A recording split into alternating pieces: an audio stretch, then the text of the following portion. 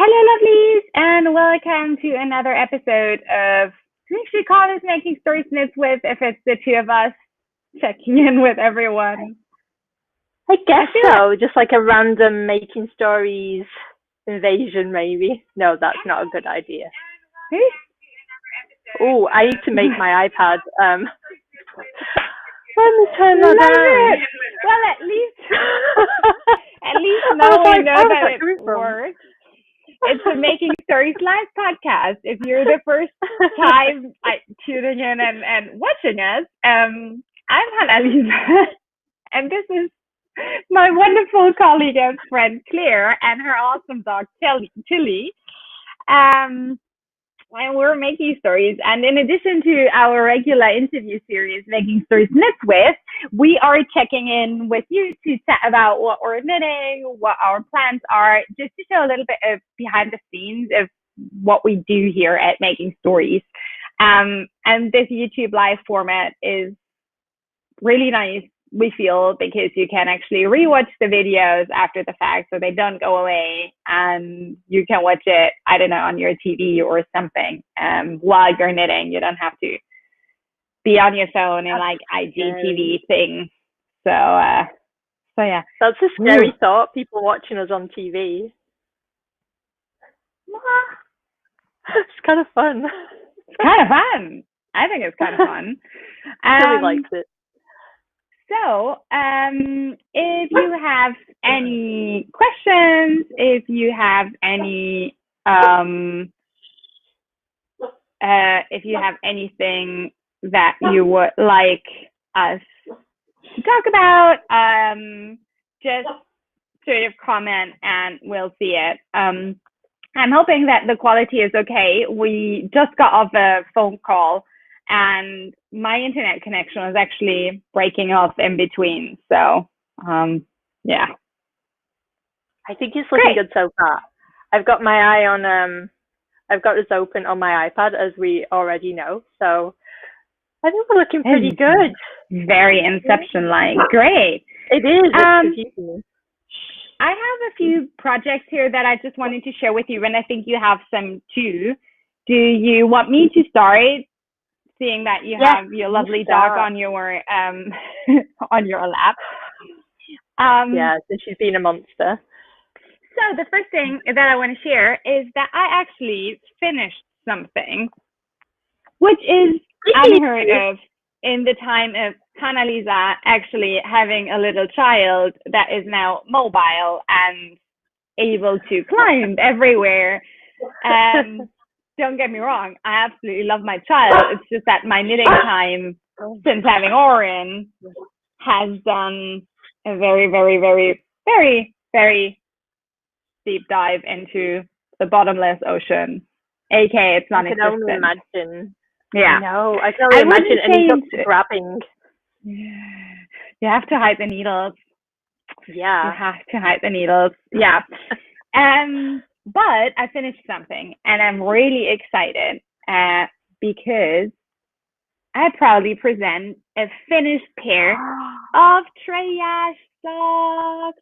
Hannah-Lisa, they're so pretty. Which has nothing to do with me, but everything to do with AL. So this is AL is the designer. AL Young designed these, and they were first published in our issue 3 in fall last year. I believe that AL has now published them as an individual pattern, so you can get those either through us, our web shop, or through AL, I think probably Revelry store, and possibly website or PayHip as well. Given the still not fixed Revelry redesign issues, let's not go into that. I'm just going to get mad. Let's instead focus on these beautiful socks because I'm damn proud of them. I love them. I love the color, obviously, because they're yellow, but look at the stitches. Yeah. AL's a genius. Yeah. I said it. Let's talk. I agree wholeheartedly. So let's talk a little bit about them. First of all, I like to share stories behind the designs. And these actually were a gift for my mom for her birthday, which is in January. So for her last birthday, last January, wished for a pair of socks. Now that wish came about like a week before her birthday, so I said yes. But I'm not gonna finish them in time. We're gonna pick a pattern that you like, and I'll knit them up for you. So I went and visited her for her birthday, and took a copy of the not yet released issue 3 with me, and she fell in love with these socks with treillage, which I can't blame her. Yeah. So I said, okay, no. Which color would you like? And she went on to the Woolly Mammoth Fiber Co. website. This pattern is originally designed for Woolly Mammoth Fiber Co.'s natural sock, and picked a mustardy yellow, which was not available on this phase. But Emma, I love Emma. Period. She's lovely. She's such a sweet friend. She's an amazing dyer. And dear Emma dyed up the mustard colorway for my mom. I think she also put it in the shop. So nice. Yeah, it's beautiful. It's absolutely gorgeous. Yeah. So it's gorgeous. Didn't she dye you up? Didn't she dye you up the mustard in the first place? You forgot to go on and it sold to someone else. Is that this yarn? You forgot to go on and get the special order and someone else. So imagine this. This is how I treat my friends, right? So I'm like, Emma, my mom would really like a mustard yellow on your natural sock base. Would you maybe want to dye some up? And I was like, yeah, sure. Would you want to have this as a separate listing, or should I just put it in the next shop update? I'm like, it's fine. Just put it in the next shop update. I'll set myself an alarm. I promise I wasn't bringing that story up to show that you forget to do things. It was more, if there's yarn in Emma's shop, it's gonna get sold like straight away because it's so nice. It's true, and I can't. You're very busy. Yeah. Anyways, so I forgot. I set an alarm actually. I forgot to go on the shop, and when I remembered the next day, the yarn was obviously sold out because it's awesome. And then I was like, Emma, I'm really sorry. And could you maybe put up a listing for me? And she's like, yeah, I'll do it. So yeah, that's the story behind that yarn. Oh, it's lovely. Yeah, I absolutely love it, and I love how it shows of the stitch pattern. So they are worked. I knit them on 2 mil needles, which is, okay, you have to help me out here. US size 0, US size 1. Yeah. I'm terrible at converting. I have to look at the chart every time. I think. Yeah, me too. I think it's 0, but I'm not. I think it's 0 too. Yeah. Anyways, because I'm quite a loose knitter, and I had to fudge around a little bit because I couldn't get gauge at all, and so I'm knitting a size 1 on a looser gauge in the pattern, so that it actually comes out at the foot circumference of size 3, which is one of my favorite tricks. If you can't get gauge, or if you have a fabric that you really like, but it's not to the gauge of the pattern, I'm always trying to figure out which stitch count of which size would give me the finished measurements that I want. That's a good idea. So that's what I used in terms of needles and yarn. And it looks very complicated. So I'm hoping this will show up. The color doesn't show up correctly anymore, but you can see the beautiful work here. So it has this front panel that one runs up the leg with the twisted cabley bits, and that's flanked by 2 sides of these wrap stitch columns. So there's one on that side, and then there's another one on that side. And this one is actually picked up. Okay, I'm just going to turn this here so that you can see on the sort of like spine of the leg here. You have a beautiful heel flap. One of the prettiest heels that I've ever knit. Heel. So it's toe up with a gusset and heel flap, which is my favorite sock construction. It just fits me super well. Afterthought heels Really don't nice. agree with me. And AL has actually picked up that wrapped stitch pattern here and carried it along into the ribbing. And it's just so good. There's so many good things about this. And it's a pattern that I enjoyed when I started it because it was a lot more complex than what I knit in the last 10 months. So it was quite a treat for me. But it's also very rhythmic. So after a certain time, I didn't actually have to look at the chart anymore. Yep, it was Chris. I got my earphones on. I'm like, who was that? It's your husband. It's all good. There's not a weird random person. There's not a stranger in my house. Yeah. So there's that. If you are intimidated by either those tons of cables knit in sock yarn or the twisted stitches, I'm a very firm believer in cabling without a cable needle. I will not cable with a cable needle. I hate cable needles. I think they're unnecessary. If you don't know how to cable without a cable needle, just Google cable without a cable needle. Isolde cable needle. Isolde has a great tutorial on it, I believe. There's probably tons more tutorials on it. It works in every yarn that I've tried it in. I've not tried it on like superwash single ply merino or something that's super slippery. Yeah. But this is tiny sock yarn. Yeah, but this is tiny sock yarn. No problem at all. Just cable without a cable needle. And for the twist, I have a little tip if you're knitting this or looking to knit this. AL actually mentions to work them over a cable needle. I just used a big darning needle or a tapestry needle because I found this easier to maneuver because it's closer in in circumference to the knitting needle that I was using. You know, like cable needles. So this is for the wrap stitches? It's for the wrap stitches. Sorry, I should have said that. Yeah. So the way that you work the wrap stitches is that you slip them off the needles. You do something to it. You slip them on the needles again, right? Yeah. And you have to slip them off the needle so that the yarn can go around. Which means you do need something. Like you can't. It's not like with cabling without the cable needle. It's not as if you can just hold them in your hand and wrap around it. That doesn't work. So they need to sit on something. And I think for the first sock, I tried it with like a DPN, which I usually don't have.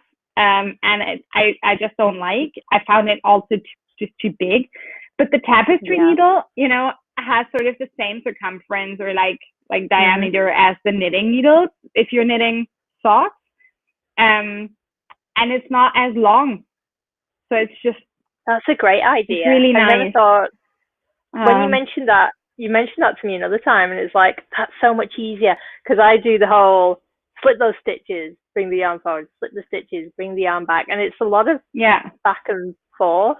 Yeah. And I'm going to try that next time. I'm going to get my darning needle, although I constantly lose darning needles, so me too. I'll have to find one. That's why I cable without a cable needle in the first place, because I just lost my cable needle constantly. There must be tons all over the house, so in the end I was just like, no good. They always slip like between sofa cushions and you know, like it's just under the couch. If I work out on the deck, we've got like little slats. There's so many DPNs and things between. If we ever have to dismantle the deck boards, there's just going to be knitting tools all in great secret stash. Love it. So it's an absolutely gorgeous pattern. I can highly recommend it. Perfect. Yeah, I definitely want to knit that at some point. Yeah. I want to knit a second pair for myself, and there are not a lot of patterns that I say that about. No, especially socks when you have to knit two anyway.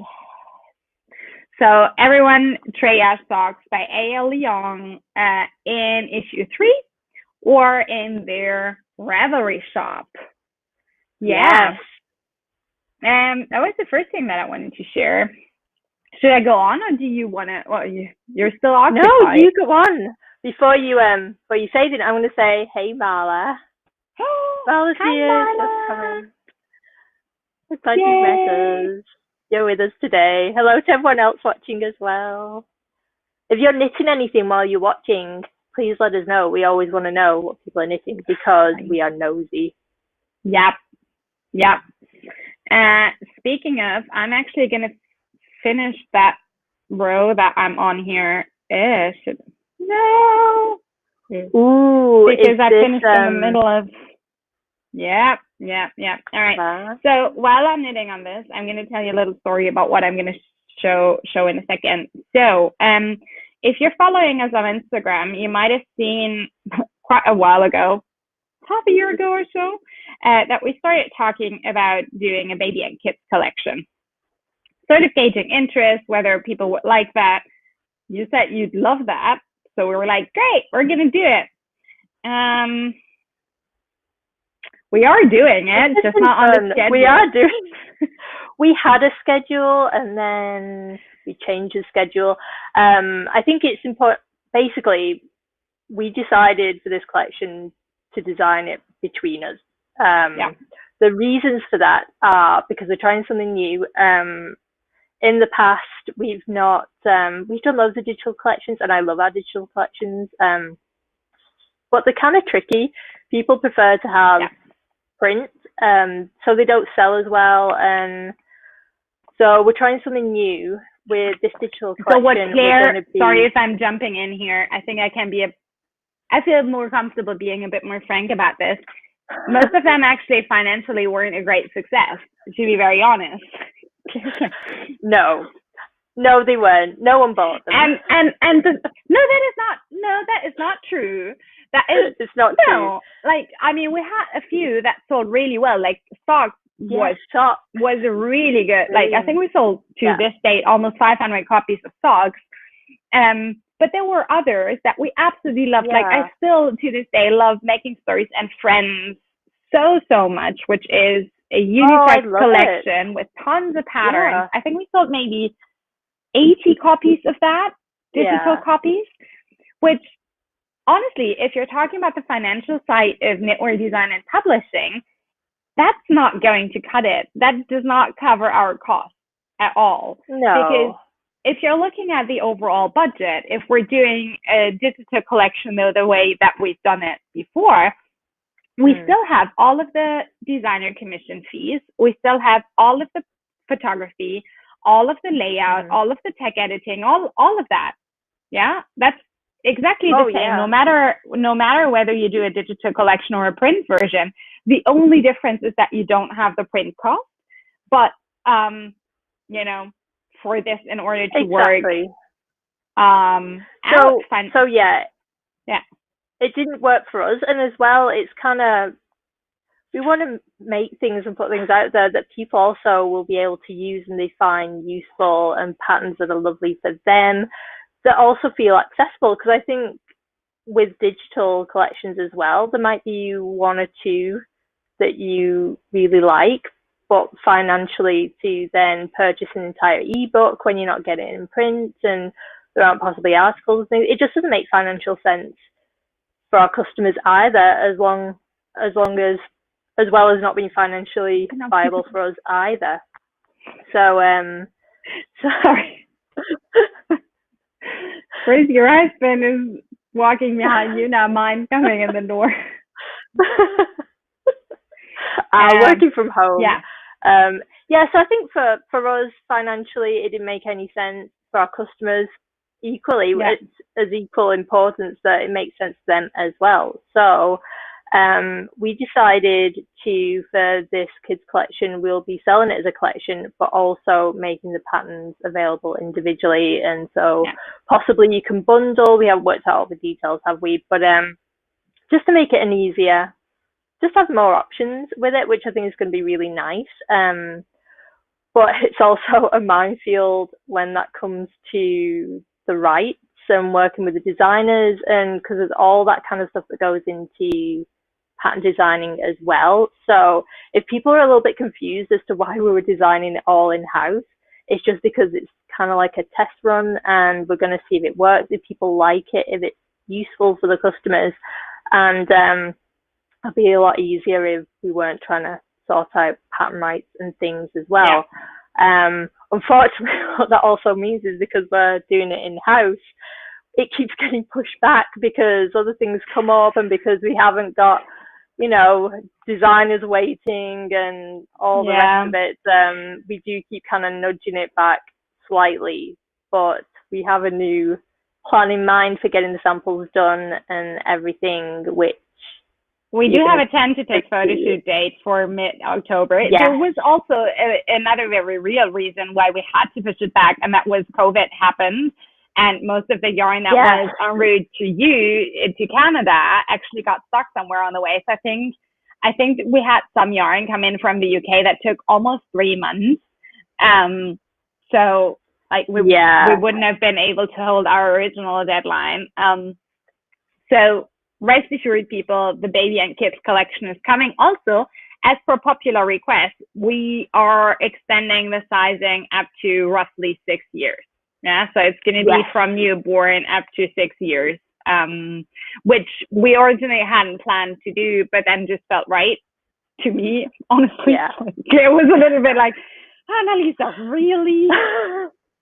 Right? More children sizes. No, I think it's a good idea, though. We're doing it. It's a good idea. Yeah. And so we're both. You might have seen sort of glimpses of the samples pop up on Instagram here and there. You shared a beautiful glimpse yesterday, and I actually wanted to share what I'm working on right now, which is a prototype for the hat design that I'm designing. It's looking so good. Do you like it more now? I like it. I really like it. So I actually made a first version, this one, which I felt was okay. I like it. What did you not like about it? Show me the other one.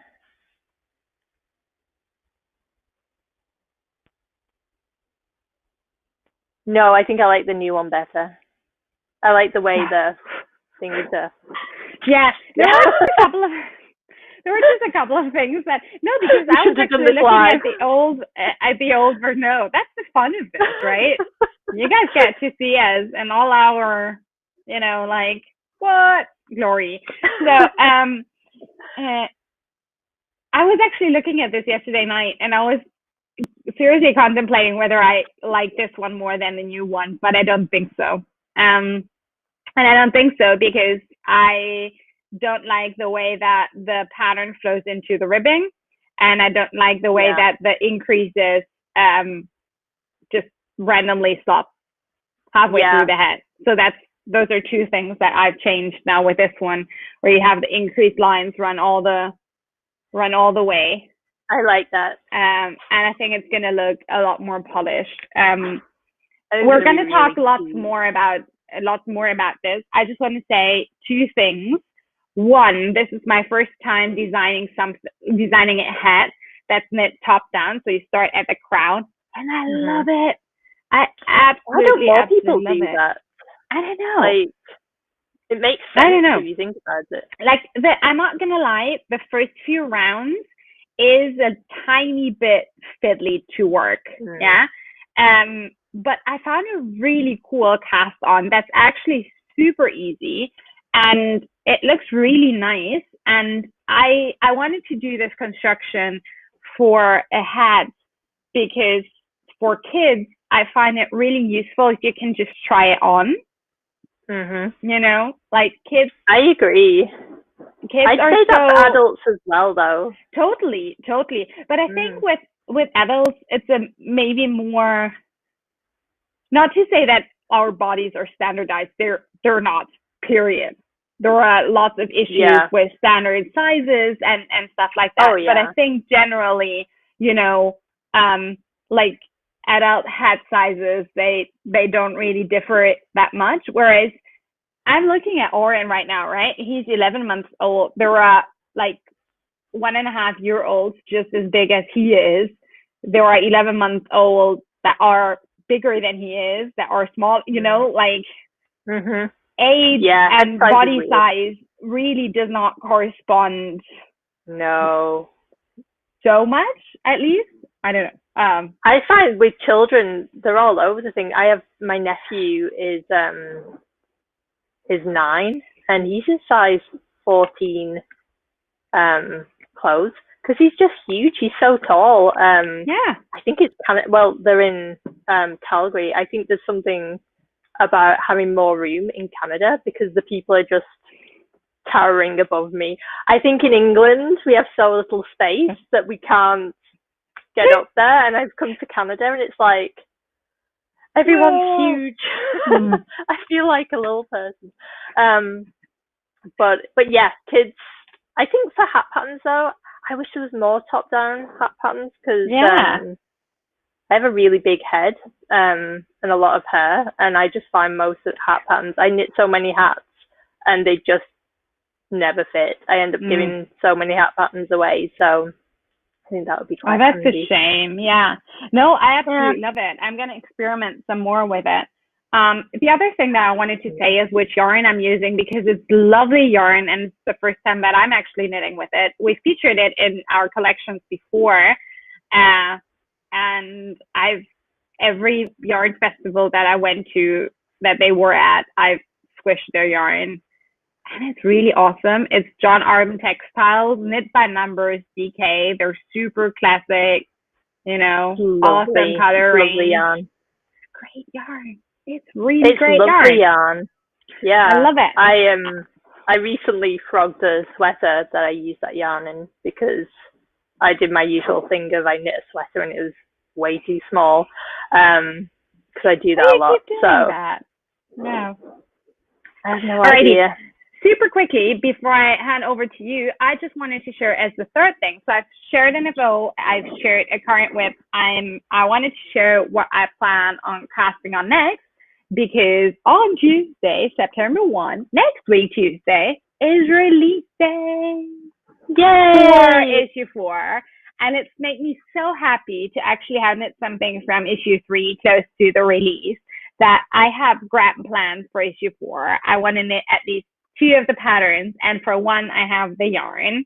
I'm stealing sample leftovers. Is that a bad thing to admit? Maybe live. No, too late now.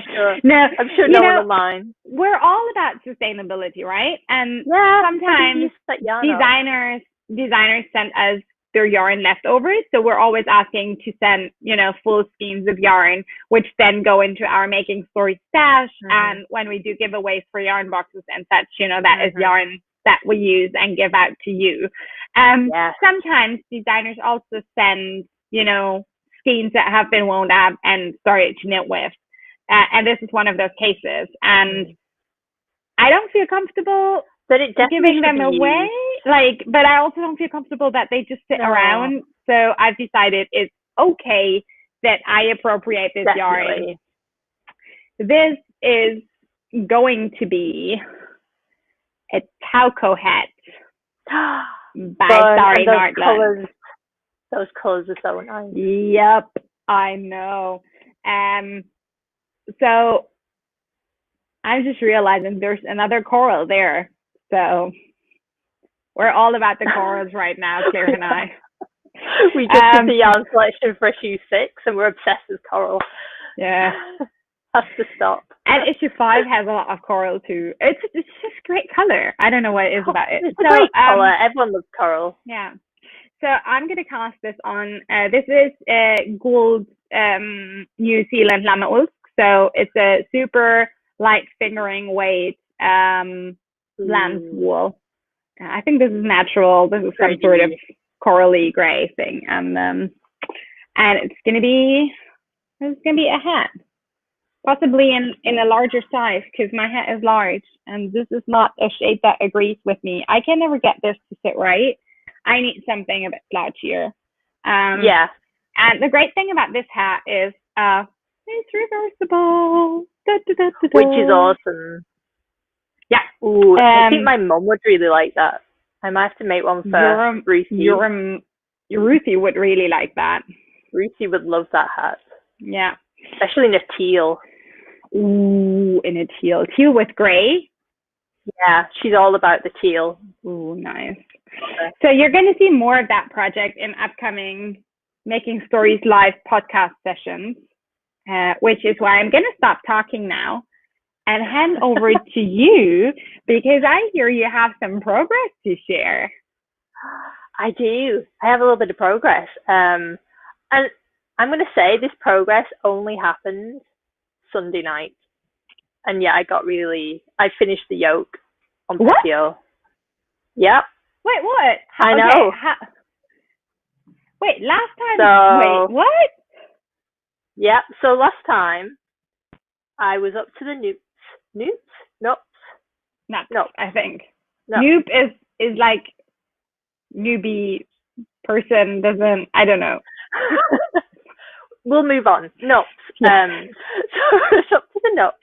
And you may remember I had to rip back because I'd been watching Chris play Last of Us, got very distracted, and I'd done it wrong. So it sat like that. I took it on vacation, but I didn't get around to knitting any on my vacation, which made me really sad. And Sunday night, I was like, we're doing a YouTube live. I need to get that bad boy out and sort out the nuts. So, and that's what I did. I ripped back, I re-knit it, and then was like, oh my God, this is so much fun. I should have put it on other needles. I apologize. It's hard to really see, but I started knitting. Yeah, that's fine. Yeah. Yeah, so I knit from here down, and now I'm up to, I'm just working in stockinette, and then I'm going to be doing short rows and then separating. I was like, love it. I think it's because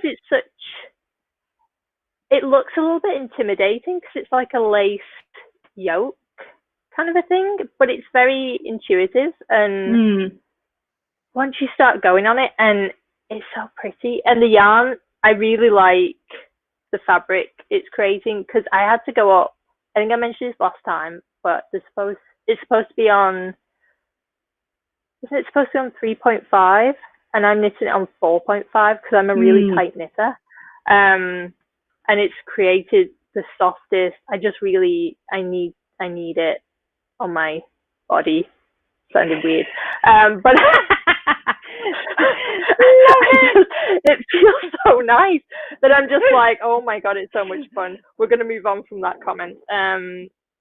It's just I whizzed through the chart and I got to this part and I got really happy because now I get to show you it at this point. And awesome. I can't wait. So hopefully by the time Can you hold it on, like, so that we can see how? So that's not going to be long until you separate for the.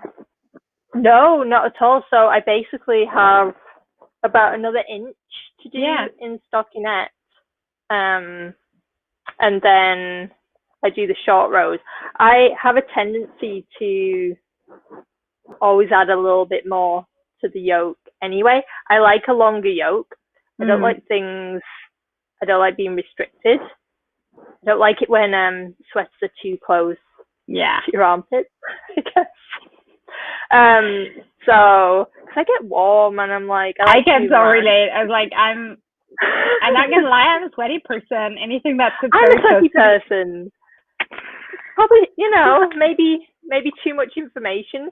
I'm not one of those people who don't sweat. The sweater.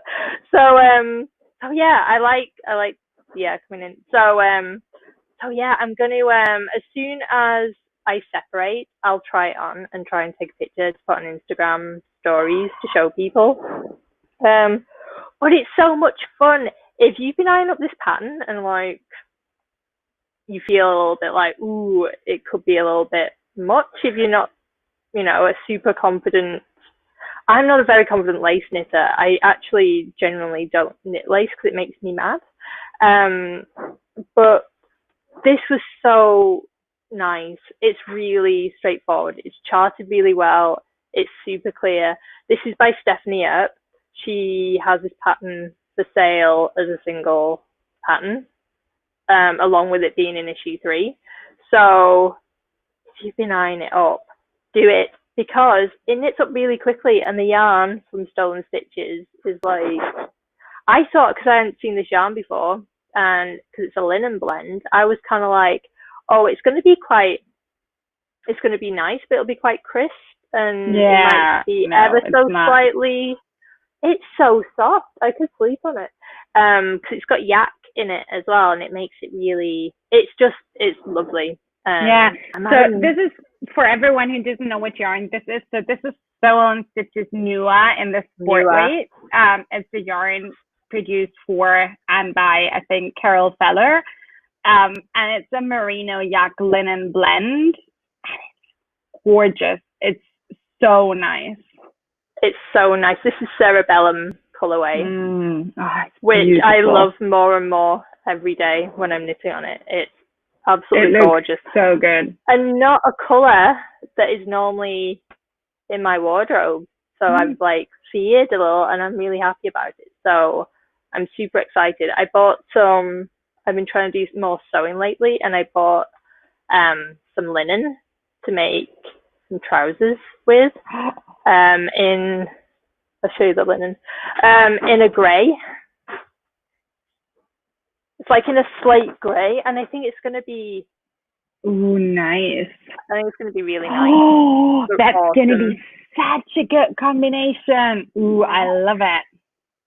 I'm not a great sewer, though, so they might be weird pants. However, the fabrics will go really nicely together. So I'm excited for that. Yeah, you have to show us the pants when they're done. Like, yeah, if they look right. I'm a very new garment sewer, so we'll see what happens there. But so yes, that's my Petio, and I'm really excited about it, and I can't wait to be on one of these and actually wearing it at some point. Fingers crossed, hopefully sooner than later. So yeah, that is where I'm up to in my Petio, and I'll be honest, it's been so busy lately getting ready for issue 4 that I haven't had a ton of extra time. I had to work on something else for a little while, but I did a little sneak peek of one of the patterns from the kids collection yesterday. I'm going to show it now. While you get this, can I just share one thing that I'm really excited about? Yeah. I just realized, because our little one is starting daycare next week, and I'm going back to work full time, I can get more knitting done during the day, and I have my project quantity for my Petio sitting there, so I can actually start it and get. Oh, this is gonna be a treat. Start it. Honest to God, once you get going with it, I couldn't believe, because I'm not a fast knitter at all. You are. I think I remember you once posted on your personal Instagram it was a while ago, but you posted a video of you knitting, and I felt very insignificant, because I'm kind of like one of these knitters that just kind of like it's long, and you were like flying through something, and it kind of blew my mind a little bit. So if I'm getting through my Petio this quickly, you'll be through it in no time. So you should definitely start it. I'm excited. All right, I will do that. I'm very much inspired now. All right, show us your kids collection design. So this is a little sweater that I'm working on at the moment. It's kind of hard to see. So what I will say is this design isn't changing, but I think I am going to rip back and cast it on again, and I'll tell you for why. I'm not super happy with the ribbing. So what I wanted to try and do is, I think, because one of the motivations behind the collection is, if you're expecting, or you have kids, or you're gift knitting, you wanted something quite relaxing. All the patterns are kind of like geared towards, lovely modern patterns that are also relaxing to knit and quite simple to knit, and you don't need a lot of tools and that kind of a thing. So I started it and I thought, I'm going to cast on the ribbing. We want it to be nice and loose to get over the little noggins. I did the ribbing with the same size needles as the body, just to see how it looked, and I don't like it personally. I think it's made it too open. It's either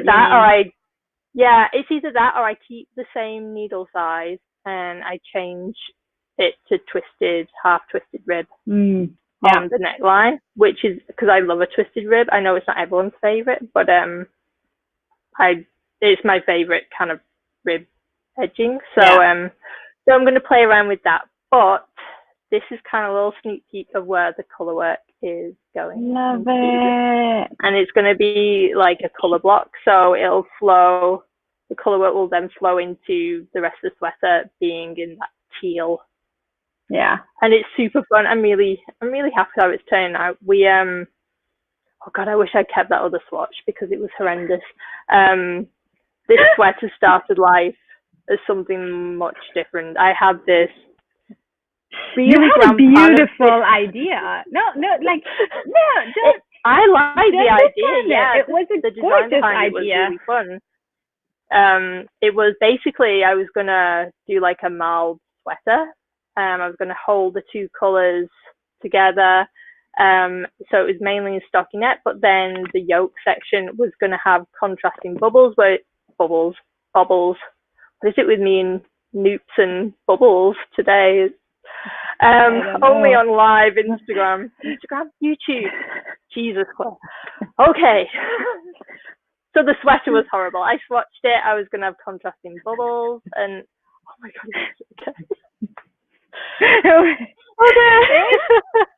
it was something. It was. You guys know. Yeah, it was horrendous. It looked. I think it would have made. We could have called it the coronavirus of the sweater world, because it just looked diseased by the time I'd done it. So at some point we kept joking because a few weeks before that swatch, Claire actually showed me a sock design that she was working on, and she really wasn't. Am I allowed to share that story? Yes, absolutely. So Claire showed me a sock design that she was working on, and she really wasn't sure whether she liked it or not. And I thought, it was brilliant. I thought it looked like the coronavirus, Well, it was this color as well. As you see, I ripped it back and never started again. It was also this very I kept looking at it and I was like, I love that stitch pattern, but there's something about it on this sock that I don't know. And I held it up to you and was like, I just don't know. And I was looking at it, and I looked up, and Annalisa was just like, this face is going on. What's your face doing? She's like, I hate it. It looks like a coronavirus. I can't do a poker face. No, not at all. It was brilliant. It confirmed all my suspicions, though, that it was a horrible pattern. So I had a run of doing really horrendous patterns, which I probably shouldn't admit to, but hey, it happens, I spend more time ripping back when I'm designing than actually knitting. So yeah, but I think that's also do? I don't know, when I don't have nearly as many miles under my designing build as you do, but this is the first design where I was like, yep, this is not working. I'm just going to do another version, and I didn't feel bad or sad about it. No. But I actually felt inspired to fix it and make it better. Also because I think I now understand better how to fix things. And also that's really important to be able to say, this is not good. I also think it's like, for me, I don't know how you feel about this, but I'm just thinking about maybe designers watching this. I find it always very useful to be able to show something to someone and say like, hey, I don't think this is working, like the way that you did with that sock. And it's not like, I'm never going to look at anything that anyone sends as a submission or as an idea and love or say I hate it. Yeah, like this is, I say this to Claire because I love Claire because we're very good friends. Yeah, like this is more like designer buddy thing than anything else. Just so that no one gets the wrong impression. Why, you know, like why we're talking about. She's very blunt with me. We don't do this in work life at all. We're very subjective, but we've cultivated that friendship, which I love. I like the bluntness. So yeah, no, it's good. It's all good. No, we don't do that with work things. We've just had a very busy yesterday, but a very fun looking at submissions, which were fantastic. Thank you to everyone. If anyone's watching this and they sent a submission, they were fabulous. It took us a really long time. We were both working. You worked till really late, and I ended up working really late after that, just because we spent the entire day going through them all, and it was so much fun and really hard to choose. And there were so many amazing patterns that we loved and we couldn't put in just because they didn't go together as a collection.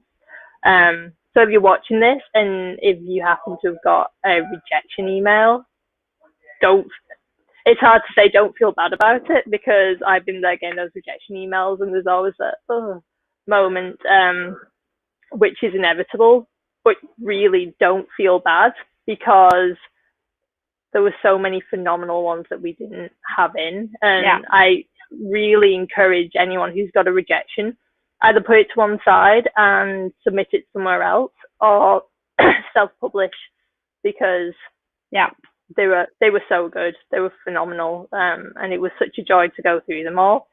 It's so sad because we had like quite a lot at the end, and we had to really get them down to those core patterns, and I was really sad to see something go that went.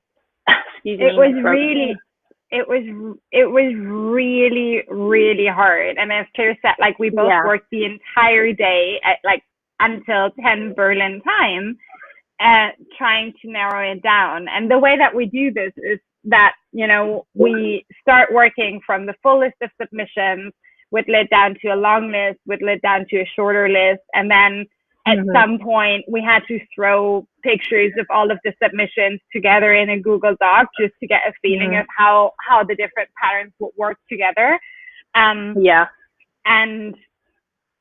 I kid you not, I think at that stage we still had twice as many patterns as we have space for in a collection. So in the print version of the magazine, we can only fit up to 12 patterns because of the page restrictions, right? Like we can only print 136 spreads without increasing the weight of the magazine, which we don't want to do because it would mean that all our lovely stockists would have to recalculate their shipping and everything, right? And so we don't want to put them through that work. So we have a maximum number of patterns that we can put in, and as Claire said, at the end of the day, you know, we're striving for a coherent and like a cohesive collection that works really well together. And I went to bed sad. Like I was really sad because there were a few patterns in there that we both really loved and that we just didn't have space for. So thank you to everyone really who submitted. I'm also always very humbled when I go into my email inbox where I file the submissions on selection day and see how much time and love and energy went into this. Yeah. Like especially I mean, some people had sent 4 or 5 submissions in one email, and I agonize.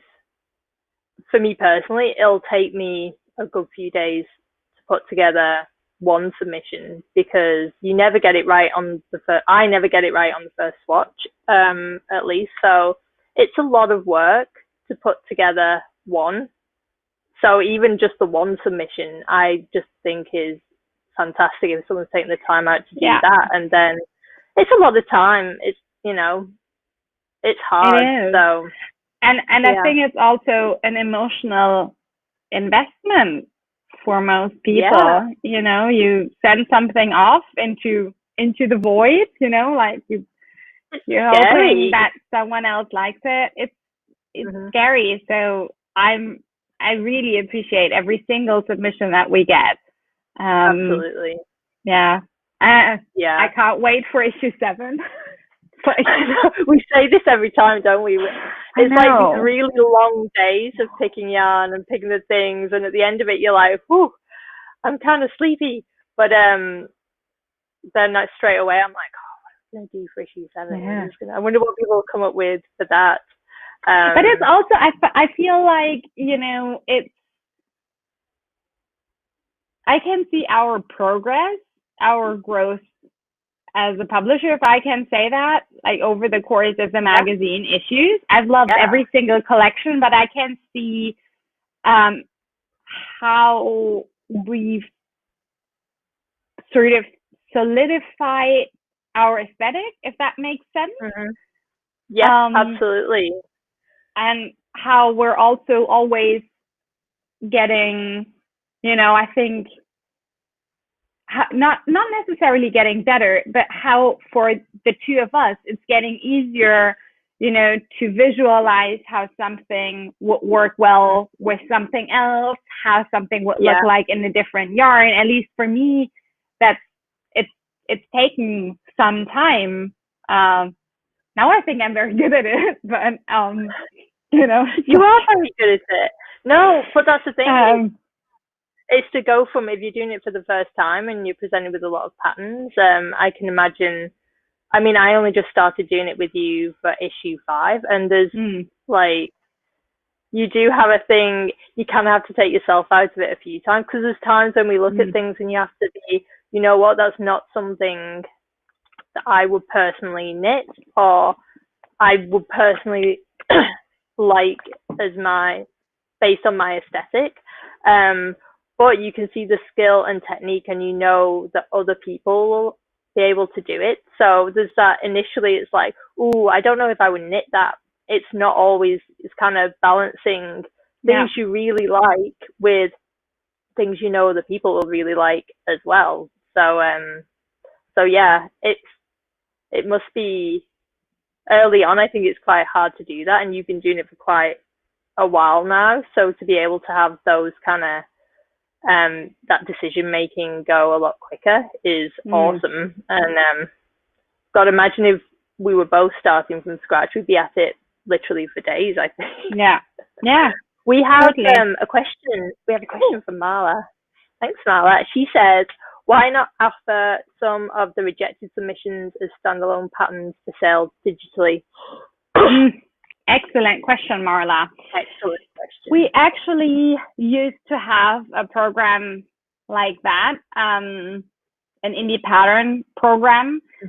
We've published a few select indie patterns under that sort of like under that brand. There's a beautiful shawl, Soliloquy by Ruth Ware, for example.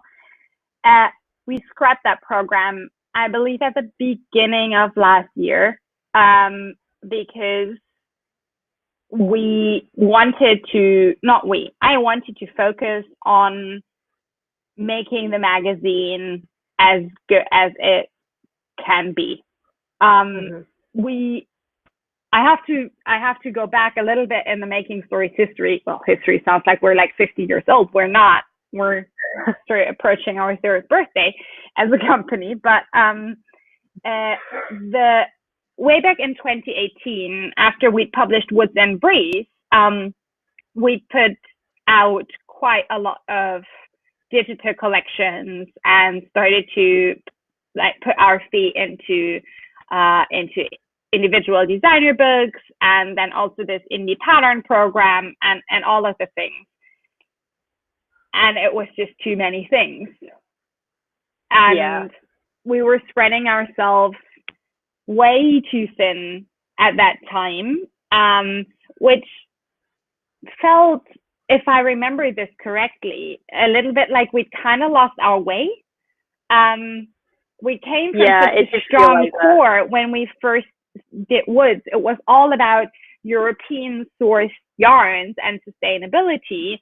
And then we did all of these other things, and it just felt, it was too much. There was too much going on, and I felt like we'd completely lost our way. And it also wasn't manageable anymore. Like it was just too much for a team our size, for a company that's profitable, but not with huge, financial bandwidth to hire tons more people to help us manage programs and more publications. So some things had to go. And that was the point where we decided, all right, we're going to cut back on the digital collections, also out of the reasons that we shared before, but we're also not doing the indie designer program. And it's also that, we just didn't have the bandwidth also to promote those indie patterns that much, it's really just not the way that you promote a standalone pattern is very different than promoting a collection. And we're very good at promoting the collection and the magazine, but we're not the best at promoting standalone patterns. No. And I felt that that was also one of the reasons at that point in time, we actually did have a couple of designers in the pipeline with indie patterns who we then talked to and said, look, we don't think we're the best place for this pattern. We'd love to give it all the love and attention that it deserves, but we can't be that space right now. And no, which was a shame. It is a shame. But I think it was the best decision. I still very firmly stand behind that decision. I feel that for making stories, the decision to focus now on the magazine, to do, to give it our best, to actually produce a beautiful, absolutely sustainable knitting magazine, that was the absolute right decision. And once we kind of had that sort of a little bit more, I don't want to say under control, but once we had all of the processes set in, it created, I think, a little bit of space and room for us, for you, Claire, and I, in our work together, and also in our brains, to come up with other things, such as now reviving the blog and actually coming back to our core, which is all about sustainability. That was a very long answer. I'm really sorry about that, Marla. No, it's completely true though, because I remember when we released Soliloquy by Ruth, it felt so rushed. It also came on the heels of we were just about to release September collection last year. September collection, which also, and I think that was one of the things when I said before we bought certain things. That was probably me thinking about September collection because I was in charge of releasing that, and that really was a beautiful collection, but it really kind of fell flat when that was launched as well. And Ruth Shaw was and it kind of felt like we were juggling too many things, and we tried to release Soliloquy. We tried to, we're going on maternity leave. It was just too much for us to deal with at the time. And I felt from my point of view that I did what I could with the time that I had, but I didn't do either of those publications as much justice as we needed to really get them out to people. And, which is a shame. And you don't want to half-ass things at all. Which I think we were juggling so many balls. That's where we ended up with. So, which is why we really, and it's just the two of us. It's been just the two of us really doing all the day-to-day for a while now. And at some point you just have to say, we can't manage it right now. Maybe in the future, it'd be lovely to have someone else on who was maybe in charge of an indie program, and who could give it lots of attention and we could do those individual patterns, but it's just not doable right now at all. Well, maybe one day, who knows, Yeah. Wonderful question, though. Do we have any other questions? No. No? Not right now. If anyone has any other questions, now would be the time, because remember when you and I said we should do a really short YouTube live? And we didn't. It was about 1.5 hours ago. Yeah. I was like, just over an hour ago. So we should probably wrap it up, because I also remember you telling me your headphones were at 10% battery charge, and I got just a beep that mine are about to switch off. I forgot about that. The lady in my ear hasn't said anything to me recently, so I'm assuming we're good, but it might go soon. Yeah, well remembered. All right, so if there are no other questions, do we have another question? Thank you for the chat. No, we just have a thanks for the chat. Wonderful. From BN Designs. Thank you. Yay! Thank you for being here. Yeah, thank you so much, everyone, for tuning in. We're still pretty new to the YouTube game. If you like what you saw, subscribe to the channel. It will mean that you get little notifications when we have new videos up and such. You can also favorite this video. You can also forward this when we're done to a friend, because it's going to be available for rewatching. So if you like this kind of live podcasting format, you have another friend that you want to share it with, please do so. We both love it. And it makes me incredibly happy that we're doing this video format now, because I really missed it. It's a lot of fun. Yeah, we'll be back here next week, same day, same time. So Tuesday at 4 p.m. CET. And we're going to be kicking off a month-long weekly YouTube live sessions celebrating the launch of issue 4. So next week, it's going to be Claire and I will have all of the samples that are stashed over there, with me, so that we can chat a little bit about them and that you can ask lots of questions. And then we'll have a few of our wonderful contributors coming in for interview sessions throughout the month of September. Show and tell. We're going to have a full-on show and tell. It's going to be nice. So bring snacks and your knitting. And your knitting, and we'll show you all the patterns, and it's going to be super fun. Tilly may be here. She's now asleep at my feet, so there's that. Love it. I'll have to try and keep her quiet. Alrighty, lovelies. Thank you so much for tuning in, and we will see you next week.